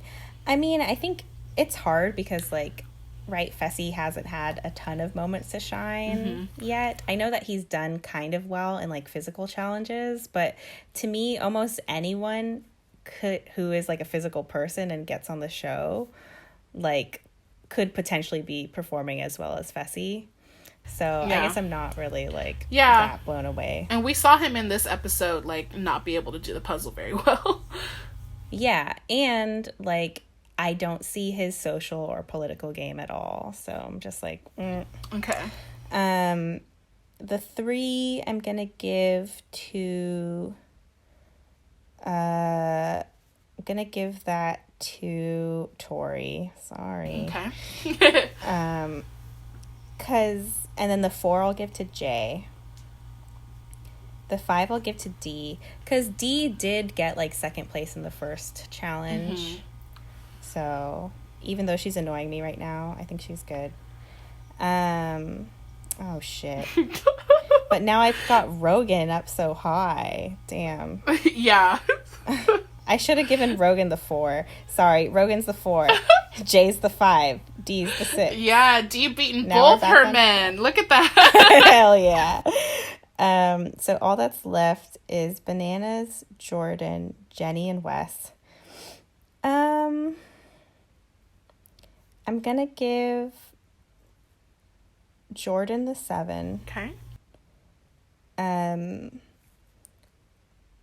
Wes the 8, Bananas the 9, and Jenny the 10. Look at you making Jenny the top beach. I am. You know, she's strong as hell. She prepared for it like nobody else did, as far as I can tell. And yeah, I think she could take it. That's so cute. All right. Yeah. So we have Maddie as your lowest. Do you want me to say it again? Yeah. Go ahead. Fessy, Maddie, Tori, Rogan, J, D, Jordan, Wes, Bananas, Jenny. Okay. So why do you think Rogan is better than Tori? Mm, that's a tough question. I mean, Tori, I haven't seen her, like, really succeed in a lot of challenges yet, and I also haven't really seen that from Rogan. But they both, like, do get involved in the socio-political stuff. I just don't think that they're doing it very effectively. Yeah. So that's kind of where I put them there. So Rogan's only a 4 because he has a penis? It might be. Yeah. And also that, like... It was just because he was an afterthought, let's be real. Well, no. I think it's... Well, there's that, and also the fact that, like, Rogan kind of showed some restraint in the last, like, episode or two. That I feel like that's restraint that Tori hasn't really shown, maybe. Okay. I think, I mean, they're all decent. I wouldn't say there's someone here that's, like... They're terrible. So, okay, I think you're sussing them out pretty good. Okay. I wouldn't say Jenny's top, but she's doing really well this season. She's just so young, it's hard to see where she's going. Gotcha. Okay, let's see. Which 5 of the following were in the final last season? Oh my god. D, Rogan, Jordan, Bananas, Wes, Ashley, Nani, Tori, Maddie, oh my god, and Fessy. I can just see you when you're editing, like, hating, like, I hate those, yeah. Okay, I know D and Jordan for sure. Okay. When you say the final, I know that Tori ran the final, but she didn't win. Okay. So I'm not sure if that counts. Yeah, I didn't say that they, like, won. Only if they were in the final. Oh. Okay, so I'm going to say Tori. And that's already 3. For the next ones, I'm going to say Rogan. I'm pretty sure Rogan. I think Rogan. And Ashley. Yeah! Ding, ding, Yay! ding! Oh my god! Good job. Okay. Sweet. Nice job, dude. Okay, next. Okay. Yeah. Place in order of earliest to most recent. Now, this is the exact thing D was staring at, okay? Oh, shit. Okay, yeah. X is 1. X is 1. Inferno. Rivals 1. Bloodlines. And Cutthroat. This is impossible. Okay, yeah, so if I didn't have a Wes, how I would approach this question is, like, how desperate are the producers to pick a theme here? So the best ideas, I think, obviously, Battle of the X's is a good idea, so I feel like that's got to be early. Also, the fact that X's and Rivals have 1s. Okay, first of all, how did you know it was Battle of the X's? Because I made questions for you, and my first question has Battle of the X's. Okay, good. I was like, how did she know that? My goodness. Yeah. Her deduction skills are on fleek. I'm getting there. You know, I'm a quick one. Okay. Bloodlines is such a good idea too, but I don't know what the fuck Inferno is, so I'm going to put that late, and I'm also going to put Cutthroat late. Because those seem, like, not as good. Just because I don't want to deal with that right now. Yeah. I'm going to say X's 1 is first. Maybe I already lost it, but whatever. Then Rivals. Then Inferno, Cutthroat, and Bloodlines. Shit, I should have looked at D's board. You want me to tell you how many you have right? Sure. 1. Okay, well, yeah, I lost it. Okay, what's the answer? Okay, the earliest season is Inferno. No. And then Cutthroat. What? X is 1. Wait, sorry, not X is 1. Rivals 1. then X's one, and then Bloodlines. Bloodlines is last. Okay. Wow. Yeah. Damn. That's a tough one. I get it, D. I get it. Yeah. And I would like to say Wes was in 2 of these, not 3. So he was in X's one and Rivals one. So kind of going along with that, you might already know this based on your research, but let's see. There is a season of the challenge called Bloodlines. Give your best guess as to the premise of this season. Bloodlines, I think I do know this from research. Okay. Bloodlines, and I think it's also, this is the infamous bucket one, right? Buckethead one.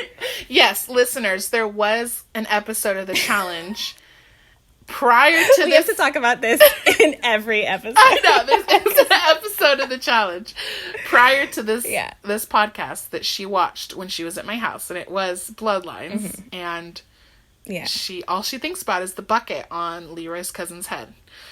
So to go along with Leroy's cousin, I think Bloodlines is about, because from what I saw of that episode, you bring on someone who is like actually blood relative of yours, and you compete with them. Correct. Right? Okay, that's my 4th point. Yeah, that was my attempt, like, when I was writing these, like, let's give her a point. Yeah. Yeah. Okay. What year did the challenge premiere? Like the OG when it had a different name? Yes, correct. Look at you. Okay. It was in the 90s. That's not good enough. I'm not sure when. Because I'm also wondering, when did Real World come out? Because that has to be the first step. Girl, Real World was like 91 or 92. Really? So, let me see. Okay, that's a good question. So I'm going to say the challenge was 94. It was 1998. What? Okay, missed that badly. As a tidbit, the first Real World episode premiered on May 21st, 1992. Neither of us were born yet. You're right. Wow. All right. This one's fun. Match the hookup partners. So, okay. Of these 6 people, they each have a pair in this. There's another one, right? I will say that both Bananas and Ashley are in this, but I'm not referencing their reunion kiss, okay? Okay. Kyle, Bananas, Anissa, Corey, Nany, and Ashley. Damn. Okay. There's no way Bananas and Nany haven't hooked up, right? Like, there's just no possible way. I feel like they've both been on for so long. I mean, well, Bananas and Anissa too. I don't know. Kyle, Corey, Ashley. Ashley. Yeah, okay, so Kyle is allied with Maddie, but this is probably older than that. Anissa is a lot older than Corey. Like, would she not hook up with someone who is a lot younger than her is kind of my question, because then it would put it with, and also this is so heteronormative, by the way. Yeah. Like, what about? I mean, I was limited to what we have in the season. My apologies. Yep, yeah. No, I get it. Shoot. This is tough because I would say like Anissa and Corey just because I think they'd be a good looking couple. But that would put Kyle and Ashley, and Kyle did not have Ashley's back at all in this episode. So, but maybe I've just fucked it up by saying that Bananas and Nany had to have hooked up at some point. Yeah, because it seems like you're already writing them off. Like they have babies. I am. Okay. Yeah. Okay, I'm going to scratch that. Bananas and Anissa. Nany and Kyle. Ashley and Corey? Is that your final answer? I guess, yeah. They're all wrong. Damn. Well, they had to be. So. What's the actual answer? Bananas and Nani. Banany. I fucking knew it. Banany.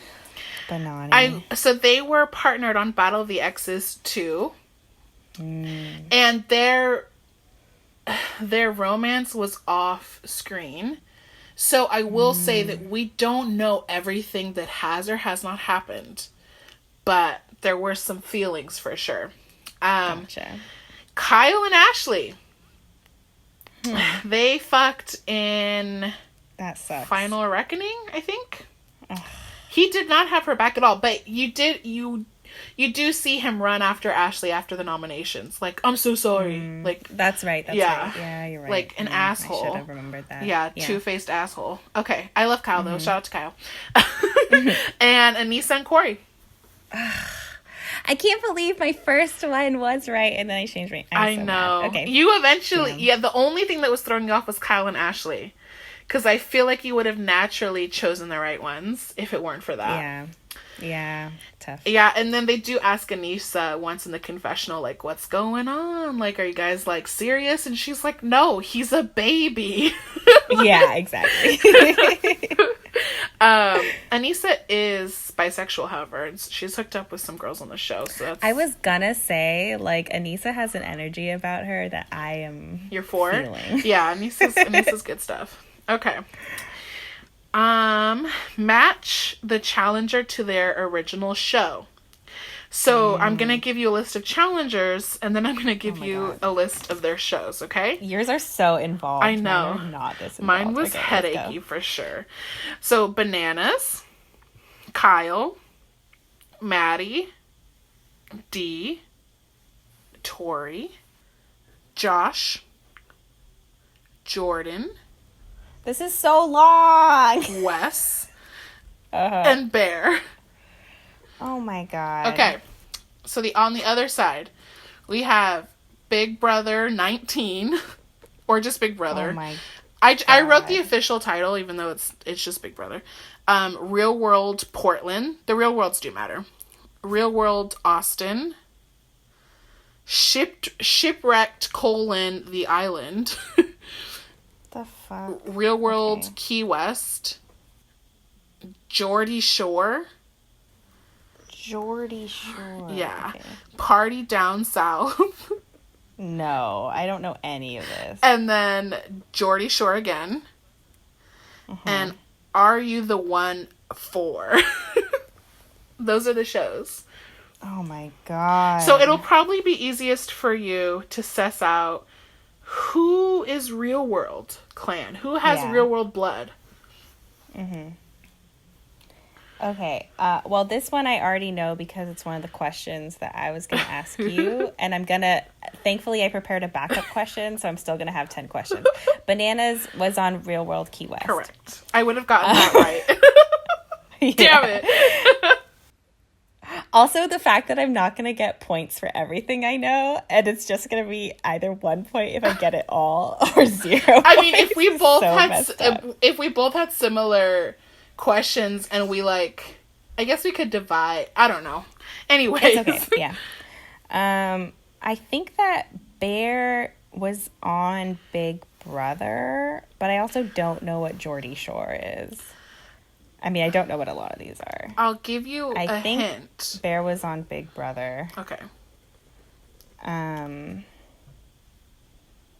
God. Real World Portland and Real World Boston. Texan. Austin. Oh.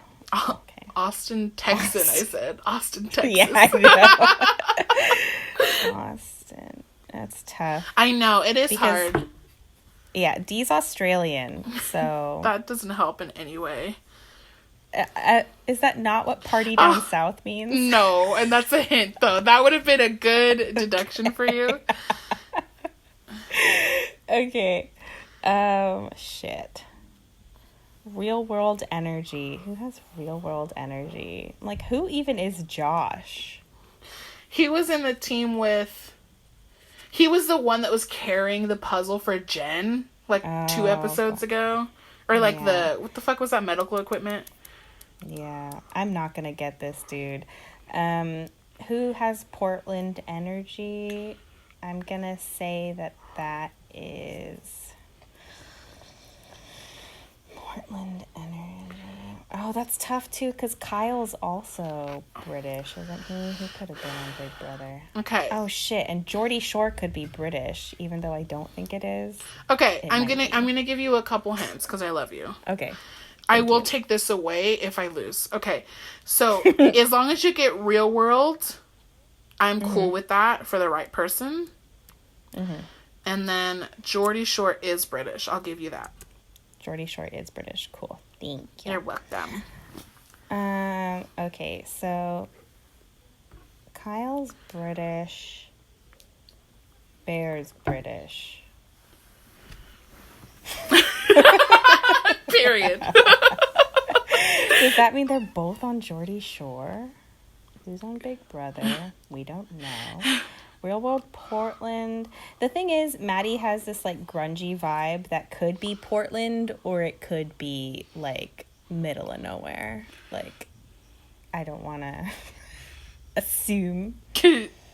She does have this grungy vibe, man. Maddie, are you okay? Yeah, I think I'm just gonna go for it.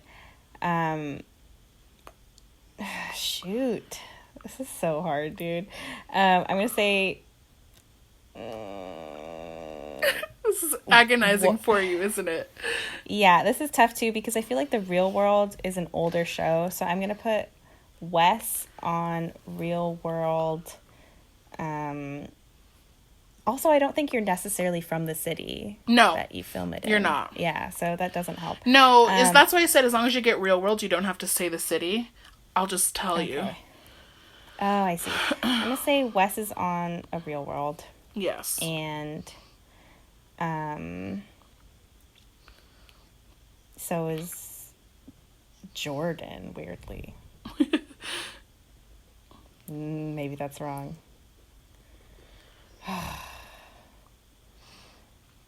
Okay, Shipwrecked the Island. Let's put Josh in that.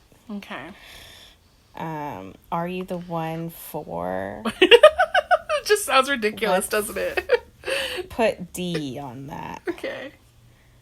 Party Down South. Let's put Maddie. And then, oh shoot. Now I've got Tori on Big Brother. That doesn't work. Well, that's the way it goes. I spent too long on this question. Bananas, Key West, Real World. Kyle, Geordie Shore. Maddie, Party Down South.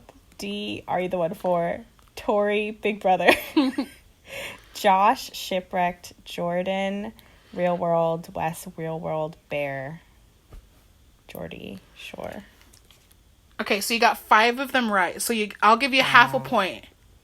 Okay, half a point. So the correct is Bananas, Key West. Kyle, Geordie Shore. Maddie, Party Down South. Really? Yes. Hell yeah. She just parties, girl. Yeah. So those are the first 3, and you got those right. Next is D. Yeah. She was on Geordie Shore. Wow. Yeah. Okay. Tori. And then that's how Bear is on Big Brother. No. Damn. Okay. Tori's on Are You the One for? What? Okay. Josh is from Big Brother 19, and he won that season. Oh, no. Uh-huh. Jordan, Real World Portland. Wes, Real World Austin. And Wes's Real World is 1 season older than Bananas Real World. So Wes is older than Bananas.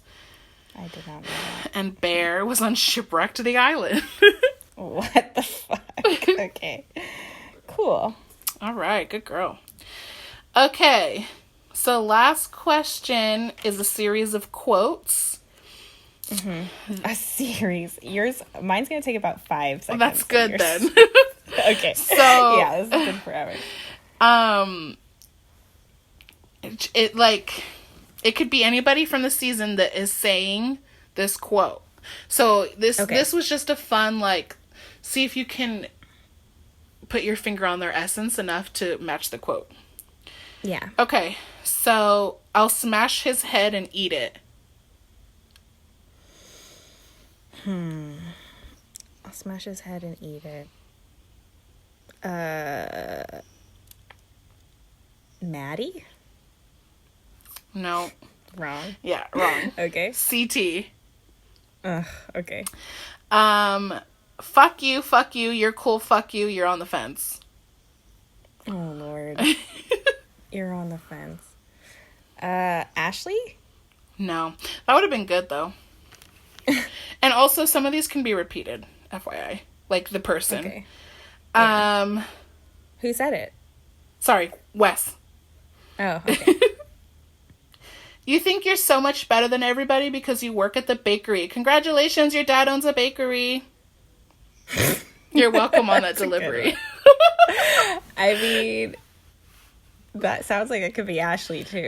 Doesn't everything sassy? I know, yeah. All of them. Yeah. And I'm, like, not saying any dudes for any of these. Kayla? No, Jenna. Jenna. She says that to her cousin on Bloodlines. That's cute. I have a BMW, a Porsche, a monster truck, and 30 companies. Suck my dick. Whoa. Who could... And do they actually have a dick, you know? Yeah, right. Who has 30 companies? What if it's fucking TJ? I know, right? He's got all this shit. Yeah, I'm gonna say bananas. Nope, Wes. Ugh, wow. What? And I also have a reply to this comment, okay? So Wes goes, I have a BMW, a Porsche, a monster truck, and 30 companies. Suck my dick. And this person goes, are these Matchbox cars? Sorry. I'm like thinking of the scene in my head. I mean, that could be bananas. Because I feel like, yeah. It's bananas. Okay. Good. Jay, are you crying right now? Have you seen this show before? And this is a different Jay. Have you seen this show before? Is it Nani? No. TJ. God. Okay. This is kind of a paraphrasing. I wasn't able to actually go back and watch the scene. But basically she says, suck my dick, bitch. I will cut you with words. I'm gonna say... who even is on this show? Tori. You just pick one? Yeah. Does it seem like Tori said that? No. I mean, it seems like Ashley said that, but it seems like Ashley said everything. It's Anissa. Suck okay. my dick. But you don't want to piss off Anissa. Yeah. Okay, so this one is about one of the people on this challenge. Okay. Fool me once, shame on you. Fool me twice, I'm gonna throw your freckled ass off the damn mountain. And I have to guess who it's about? Yes, because the person who said it is not on the season. Yeah. Okay. I would guess if it's Freckles, they're talking about Wes. Yes! Ding, ding, ding. Yay! And the person that said it is Kenny, and he is the K in JEK era. Ah, gotcha. Okay, next quote. Ain't nobody stressing over these hoes.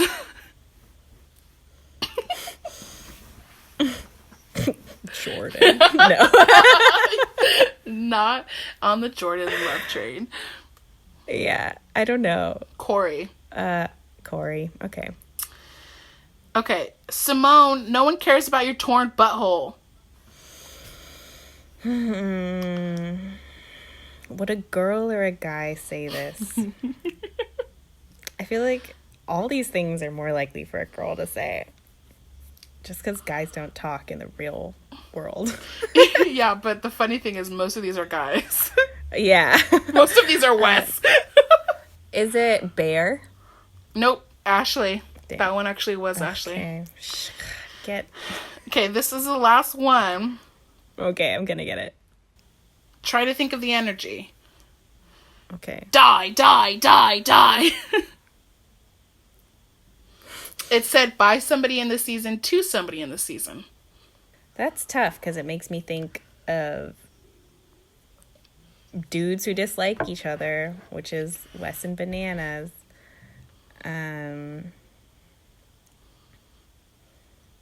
But it could be Kyle and Rogan, though, who are like, also don't like each other. Yeah, what if it's Rogan? Is it Rogan? It's CT to Wes. Ugh, get me. Okay. Well, that took about 10,000 years and I got totally creamed. Thanks. I did my best to come up with some that weren't just like me quizzing you on the past 4 episodes of this fucking season. I know. Okay, my turn. Number 1. And these, you'll get these, right? Some of these are fun. Some of these you'll just get. Hope I'm not creamed. creamed. Feel good. Yeah. Number 1. In Battle of the Exes, what is the winning team of each challenge known as? The power couple. Yep. Okay. Yay!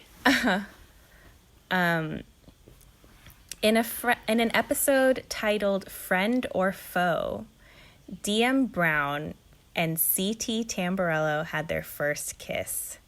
What was the name and number of the season? It was the duel. Mm-hmm. Oh, I shouldn't have said mm-hmm. It was the duel, but it's season... Oh, fuck. I want to say it's season 10, but I feel like it might be season 11 or 12. Let me think. Shut up, Liz. Mm-hmm. Okay. I can't believe you're making me give you the fucking number. Yeah. Okay. The duel. I can see the scene. Everybody's looking on. They're on a fucking mountain. DM takes her little bandana off. Oh my god. She had cancer. It was tragic. Okay. Anyways. Yeah, I read about it. Okay, so the duel was after Fresh Meat 1. Okay, is it season 13? You're right. Yay! Yep. Okay. Okay. Johnny Bananas is an iconic challenger and has been on 20 seasons, including Total Madness. What is his hometown? Fuck. He must have talked about it a few times in the course of 20 seasons, which is why I think it's a fair question. Yeah. I didn't know I had to know them personally. I feel like maybe... I feel like he went to Penn State. That is true. Pennsylvania? Nope. It's Fullerton, California.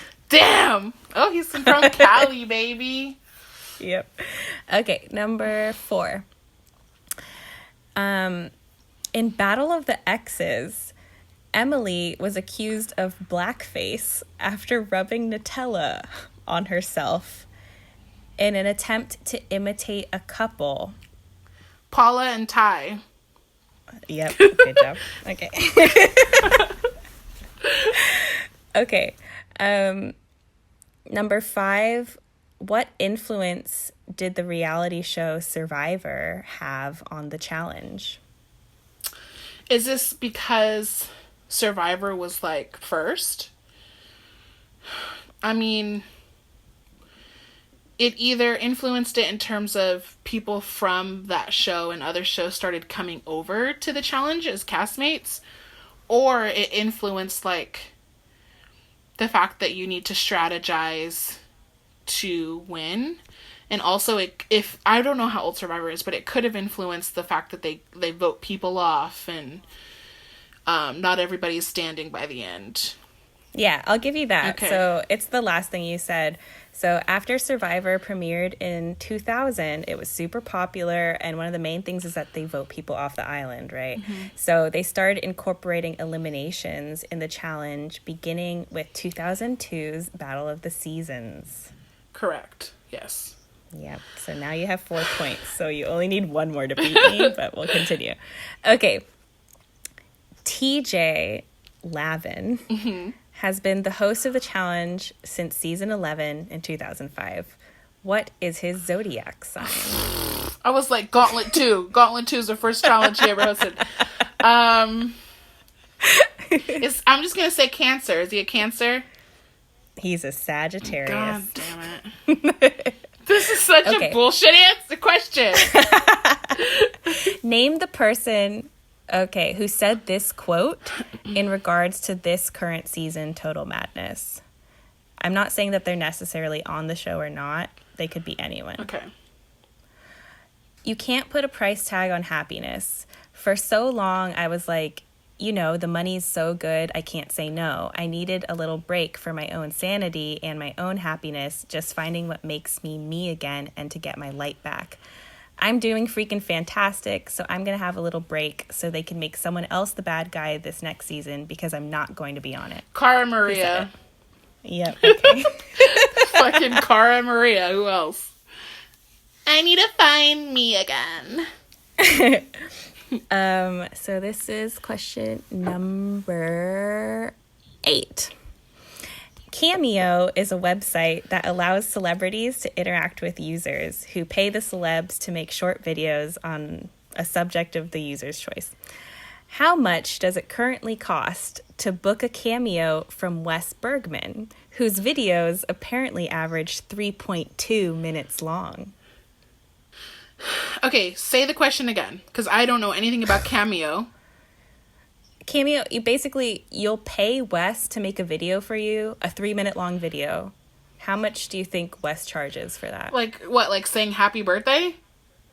Yeah, it could be like something I get you for your birthday is like a video from Wes being like, hey, Gabby, your friend Elizabeth fucking hates that your questions were hella long. So how much? $500. I don't know. Wow, you're wrong. It's $50. Oh, really? Isn't that affordable? Yeah. That's so affordable. Is he coming at the end of this episode with a video? Did you buy him for me? It's only $50, yeah. Anissa Ferreira is currently making her return on Total Madness after a 3-season hiatus due to an ankle injury.